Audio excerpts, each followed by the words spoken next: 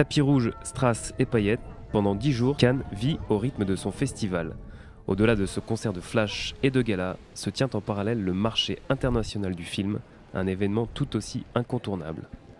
Avec ses grades et son uniforme de l'armée de terre, le capitaine Molinier est presque une curiosité dans l'univers de la croisette, plus habitué au smoking et nœuds papillons.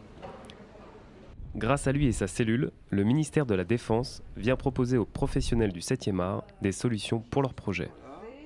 Le ministère de la Défense, au travers donc de son bureau d'accueil des tournages, est présent au cœur du marché du film pour promouvoir la politique d'accompagnement des projets audiovisuels offerts aux professionnels.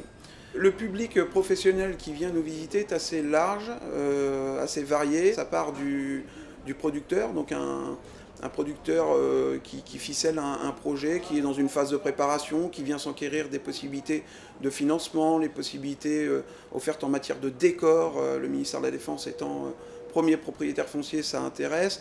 C'est également voir sur des thématiques militaires dans quelle mesure il peut accéder à des moyens matériels.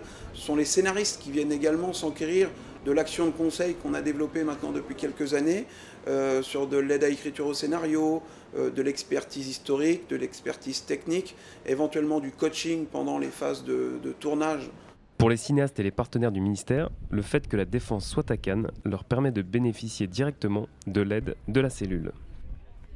C'est l'occasion aussi de rencontrer sur plein de stands, comme par exemple le stand du ministère de la Défense sur tout ce qui est décor, puisque par exemple pour mon film on est dans un univers un petit peu onirique, mon prochain projet, et je cherche en fait des décors en fait, qui puissent être un petit peu hors du temps, ou qui puissent être datés, ou qui puissent être... Et donc là du coup c'est aussi ce genre de rencontre en fait, qui est un accélérateur pour les projets. L'article premier du Festival de Cannes, c'est de favoriser les échanges d'œuvres de visuel et les échanges dans le monde entier entre les professionnels du cinéma. C'est aussi notre travail d'expliquer pourquoi la Défense est présente à Cannes, parce qu'aujourd'hui, maintenant, après 6 ans, je crois, de présence sur le festival, les gens ont compris ce qu'est le CPAD, les producteurs ont compris que la Défense ouvre ses sites pour les tournages.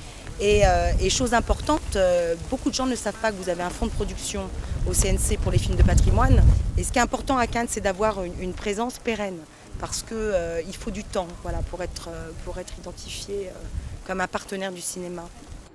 Avec une présence assurée quotidiennement pendant toute la durée du marché du film, l'histoire entre le cinéma et la Défense n'est pas prête de s'arrêter.